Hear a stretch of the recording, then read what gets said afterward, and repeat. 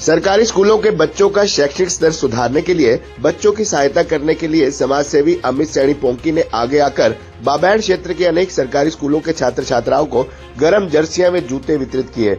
उन्होंने समाज सेवी संस्थाओं से भी आह्वान किया कि वे स्कूलों में पढ़ने वाले जरूरतमंद लोगों की सहायता के लिए आगे आए, ताकि सुविधाओं के अभाव में कोई भी बच्चा अच्छी शिक्षा ग्रहण करने में पीछे न रहे। उन्होंने कहा कि मंगोली जटान के सरकारी स्कूल के बच्चे उच्च शिक्षा ग्रहण करने में कोई कसर नहीं छोड़ रहे, जिसके कारण इस स्कूल के बच्चों का परिणाम भी 90% से ऊपर रहता है। स्कूल के बच्चों ने डिफेंस व IIT में दाखिला लेकर स्कूल व क्षेत्र का नाम रोशन किया है। उन्होंने इस उपलब्धि के लिए स्कूल के स्टाफ और बच्चों को बधाई दी है। उन्होंने कहा कि आज सरकारी स्कूलों में अच्छे परिणाम न आने से सरकारी स्कूलों के प्रति लोगों में नकारात्मकता मानसिकता पनपी है, जिसको फिर से बहाल करना होगा।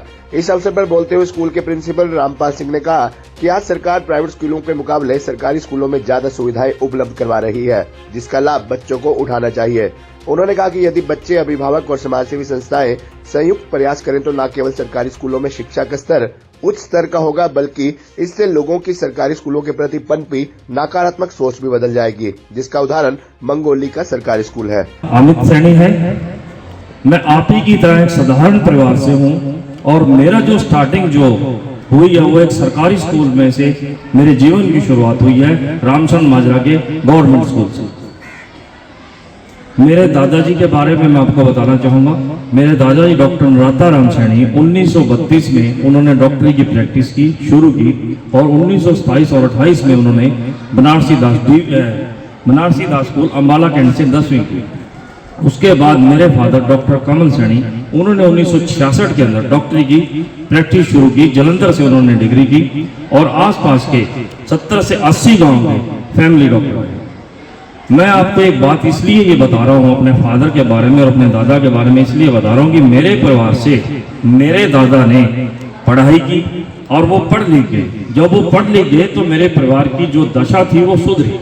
इसीलिए मैं आपको ये कहना चाहता हूँ कि अगर आप में से, आपके परिवार में से कोई एक बच्चा अगर पढ़ जाता है और पढ़ लिख के कामयाब हो जाता है तो आपके परिवार की दशा सुधर जाएगी। मेरा यही मैसेज, यही बात बताने का यही था कि पढ़ाई के अलावा आपके पास कोई और चारा नहीं है कि आप अपने परिवार को सुधार सकें। दूसरा, मैं आपको एक चीज़ और बताना चाहूँगा कि मैं बहुत सारे सरकारी स्कूलों में गया हूँ। सरकारी स्कूल में बच्चे बहुत कम एडमिशन लेते हैं, प्राइवेट स्कूल की तरफ ज़्यादा जाते हैं, बल्कि आपके स्कूल जो सरकारी स्कूल के जो टीचर हैं वो उन प्राइवेट स्कूलों से ज़्यादा क्वालिफाइड हैं। कारण क्या है? व्यवस्था। हम अगर व्यवस्था परिवर्तन कर दिया जाए तो जितने भी बच्चे हैं वो स्कूलों में आना शुरू हो जाएंगे, वो प्राइवेट की जगह सरकारी स्कूलों में आएंगे। आपको एक छोटा सा एग्जांपल देता हूँ।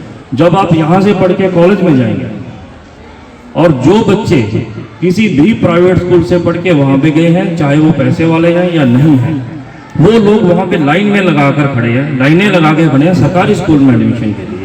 वजह क्या है? वजह सिर्फ यही है कि व्यवस्था परिवर्तन बहुत जरूरी है। अगर सरकारी स्कूलों में व्यवस्था परिवर्तन हो जाए तो आपके यहाँ पे बच्चे अपने आप आएंगे, उनको जबरदस्ती लाने की जरूरत नहीं है। दूसरा, मैं आपको एक बात और कहना चाहता हूँ कि मैं आपके स्कूल में आया, लेकिन मैंने ये पहला स्कूल देखा इतने स्कूलों में जिसकी व्यवस्था बहुत अच्छी है। और मुझे अभी प्रिंसिपल सर ने ये बताया कि हमारे स्कूल से, आपके स्कूल से एक बेटी IIT रुड़की में एडमिशन हुआ है और 3 बच्चों का NDA में एडमिशन हुआ है।